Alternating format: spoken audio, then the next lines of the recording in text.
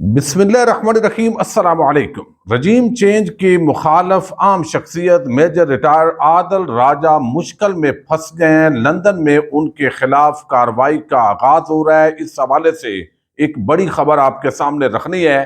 چودھری نثار نے نواز شریف اور مریم نواز کا کچا چٹا کھول کے رکھ دیا ہے، اور مزید انہوں نے دھمکی بھی دی ہے۔ کیا دھمکی دی ہے اس پر بھی بات کریں گے۔ اور پاکستان کے ایک گمنام ہیرو نے امریکہ کے اندر ترکی کے سفارت خانے میں پاکستان کا نام روشن کیا ہے۔ یہ شخص کون ہے؟ یہ سوال تو اب تک حال طلب ہے، لیکن اس کا کچھ جواب اس ویڈیو میں شروع میں آپ کے سامنے رکھوں گا۔ آپ اندازہ کیجئے کہ پوری دنیا کے اندر جو خیرات کرنے والے لوگ ہیں ان میں پاکستان صف اول میں شمار ہوتا ہے، اور اس وقت ترکی کے اندر جس طرح کا زلزلہ آیا آپ نے دیکھا، تباہی مچ چکی ہے۔ ابھی تک جو صحیح اندازے ہیں وہ قائم نہیں کیے جا سکے کہ ایگزیکٹ کتنا فگر ہوگا، جو شہداء ہوں گے، جو بچے ہیں۔ جس طرح کھنڈرات کے اندر انفراسٹرکچر جو ہے وہ تباہ ہوا ہے، عمارتیں کھنڈرات بن چکی ہیں۔ ان حالات کے اندر پوری دنیا سے ترکی کے جو لوگ ہیں ان کی مدد کی جا رہی ہے، لیکن اس پورے معاملے کے اندر ایک پاکستانی شخصیت جس نے 8 ارب روپے ترکی کی مدد کی ہے، تنہا ایک شخص نے، جو امریکہ کے اندر مقیم ہے، یہ 30 جو ملین ڈالر ہے، یہ رقم بنتی ہے جو انہوں نے ادا کی ہے۔ اور جب ان سے نام پوچھا گیا تو بتایا کہ مجھے نام کی ضرورت نہیں ہے، بس یہ اماؤنٹ میں دے رہا ہوں، اوریجنل پاکستانی ہوں، امریکہ کے اندر مقیم ہوں، یہ پاکستانی بزنس مین ہے، اور امریکہ میں ترک سفارت خانے میں زلزلہ زدگان کے لیے 30 ملین ڈالر تقریباً 8 ارب سے زائد دیے ہیں، اور بغیر شناخت ظاہر کیے نکل گئے ہیں۔ اس پر ترک میڈیا جو ہے اس نے ایک ہلچل مچا دی، اور یہ شخص جو ہے اس نے کس طرح اعلیٰ ظرفی کا مظاہرہ کیا ہے، اسے اپنے نام و نمود کے کوئی غرض نہیں ہے۔ ظاہر ہے اس کو اللہ تعالیٰ نے ایک ایسا دل عطا کیا ہے جس نے دیکھا کہ پاکستان بھی یا دنیا بھر کے اندر جو اس طرح کی ایک قدرتی آفت ہے وہ کسی پر بھی آ سکتی ہے، اور اس نے کمایا اور اللہ کے راستے کے اندر ان مسلمان بھائیوں کے لیے خرچ کر دیا۔ میں سمجھتا ہوں ایک بہت بڑا یہ ایک حد تک اس نے ایک بہت اچھا عمل کیا، لیکن دوسری طرف پاکستانی ہونے کی وجہ سے پاکستان کا بھی نام روشن کیا ہے۔ اب چودھری نثار جو ہے وہ آپ کو علم ہے ان کا ایک طریقہ واردات ہے، وہ اکثر ادھوری بات کرتے ہیں اور وہ کہتے ہیں اگلی جو تفصیلی بات ہے وہ اگلی پریس کانفرنس کے اندر کروں گا۔ لیکن آج کل آزاد طبیعت کے اندر رہنے کی وجہ سے، آزاد الیکشن لڑنے کی وجہ سے مزید ان کو کچھ تکلیف پہنچی ہے۔ ایک طرف پی ٹی آئی کو انہوں نے جوائن نہیں کیا، دوسری طرف نون لیگ کو بھی جوائن نہیں کیا۔ حلقے کے لوگ کہہ رہے ہیں کہ کسی پارٹی کا ٹکٹ لو، اپنی انا کے غول کے اندر وہ اس وقت تک بند ہیں۔ لیکن اب اس نے شریف خاندان جو ہے اس کو لتاڑنے کا آغاز کر دیا ہے، اور چودھری نثار نے اس کے اندر بتایا ہے کہ نواز شریف جو ہے وہ کوئی اتنا بڑا لیڈر نہیں تھا، بلکہ ہم 15-20 دوست تھے، آپس میں طے ہوا کہ چلیں اس نواز شریف کو آگے کر دیتے ہیں۔ ہم نے نواز شریف کو آگے کر دیا، لیکن ان 24 لوگوں کے اندر جو شروع کے اندر 20-24 لوگ تھے، ان میں صرف ایک میں تنہا تھا جو 34-35 سال نواز شریف کے ساتھ کھڑا رہا۔ باقی سب چھوڑ، یا تو نواز شریف نے چھوڑ دیے یا انہوں نے چھوڑ دیا۔ اب یہ آپ دیکھیے کہ یہاں پر انہوں نے جو سٹیٹمنٹ دیے وہ کہتے ہیں جو کچھ میں نے سہا اور برداشت کیا وہ عوام کے سامنے لانا چاہتا ہوں، جو کچھ میں نے نظر انداز کیا، جو کچھ میری بالخصوص میاں نواز شریف اور ان کی بیٹی کا کردار ہے وہ قوم کے سامنے لانا چاہتا ہوں۔ اب یہ وہ شخص ہے جو شریف خاندان کی کرپشن پوری دنیا کے اندر، جب ان کے محلات بن رہے تھے، پاکستان کا پیسہ چوری جو ہے وہ کیا جا رہا تھا، جس طرح منی لانڈرنگ شہباز شریف کرتے رہے، ان کا پورا خاندان جس طرح کے دھندے میں انوالو رہا، یہ اس دوران خاموش رہا، ان کا ساتھی بنا رہا۔ ڈگی کے اندر چھپ کر یا برقع پہن کر جو GHQ کے اندر جانے کی کہانی ہے، ان پر بھی یہ سب کچھ ان کے ساتھ رہا، لیکن ذاتی انا کو کہیں تسکین پہنچی تو اب وہ نواز شریف اور مریم نواز، اور پھر بھی ان کی کرپشن کے حوالے سے، چوریوں کے حوالے سے ان کو ابھی بھی بات نہیں کر رہا، اور بس میں ایک جو ہوتا ہے تنقید جو ہے وہ کر رہا ہے، حالانکہ بات پوری نہیں کی۔ اب وہ کہتا ہے ان کے ساتھ اپنے اختلافات سے متعلق ایک ایک لفظ قوم کے سامنے رکھنا چاہتا ہوں۔ یہ ایک حجاب ہے جو مجھے زیادہ زبان کھولنے سے منع کرتا ہے۔ 34 سال میں جماعت کی ایک ایک اینٹ میں نے رکھی۔ ایک وقت ایسا بھی تھا جب حالات اتنے خراب تھے کہ ہمیں جنرل کونسل کی میٹنگ کے لیے اسلام آباد اور پنڈی میں کوئی ہوٹل جگہ دینے کو تیار نہیں تھا. یہ یقیناً جو ہے وہ پرویز مشرف کے دور کی بات کر رہے ہوں گے.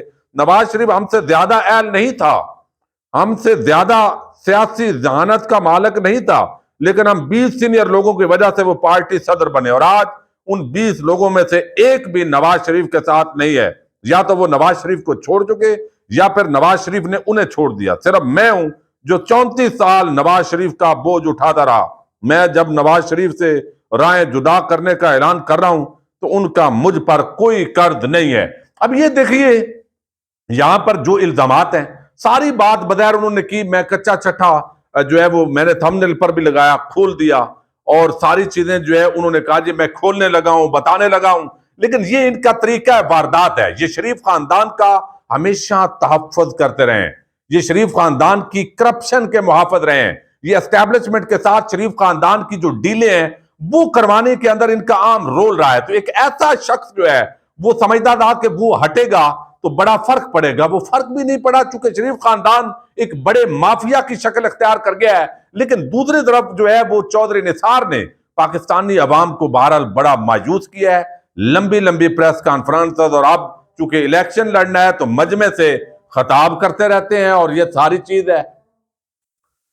اب آپ کو علم ہے کہ جس طرح لندن کے اندر نواز شریف اور ان کے کچھ قریبی لوگ, ان پر پچھلے دنوں الزامات لگے, تسنیم حیدر نے جس طرح اظہار کیا وہاں پر باقاعدہ پریس کانفرنس کے اندر, اور اس نے کہا کہ ارشد شریف کی جو شہادت ہے اور عمران خان پر جو قاتلانہ حملہ ہے وہ دراصل جو ہے ان کو ٹھیکہ مل رہا تھا اس کا. وہ نواز شریف اور مریم نواز ان سے ملاقات ہوئی, انہوں نے اس بارے میں کہا ناصر بٹ وہ ایک درمیانی شخص ہے جس نے مجھے موٹیویٹ کرنے کی کوشش کی. یہ لندن کی جو پولیس ہے وہاں پر درخواست دی گئی. اس کے بعد جو اپنا ایک انداز ہوتا ہے ان کا انویسٹیگیشن کا, جب بھی ہم ان ممالک کے اندر جاتے ہیں تو وہ پہلے پورا ارد گرد کا جو انویسٹیگیشن ہے وہ مکمل کر لیتے ہیں, حالات و واقعات کا مشاہدہ کرتی ہیں وہاں کی ایجنسیز. اس کے بعد اگر اس بات میں وزن ہو تو پھر گرفتاری عمل میں لائی جاتی ہے. پاکستان جیسا معاملہ وہاں نہیں ہوتا کہ آپ کیس جو ہے بندہ پہلے اٹھا لیں اور اس کے بعد فیصلہ کریں کہ اب اس پر کون سا مقدمہ کرنا ہے. یہ اندھیر نگری صرف پاکستان اور دنیا کے صرف چند ممالک کے اندر ہے. اب وہاں پر یہ الزام لگایا گیا اور یہ توقع کی جا رہی تھی, چونکہ لندن کے اندر جو قوانین وہاں سخت ہے برطانیہ میں, اس بنا پر اگر کوئی شخص ایسا جھوٹا الزام لگائے گا تو الٹا اس پر ڈیفامیشن سوٹ ہوگی اور اس کو لاکھوں پاؤنڈ جرمانہ پے کرنا پڑے گا, ہرجانہ ادا کرنا پڑے گا.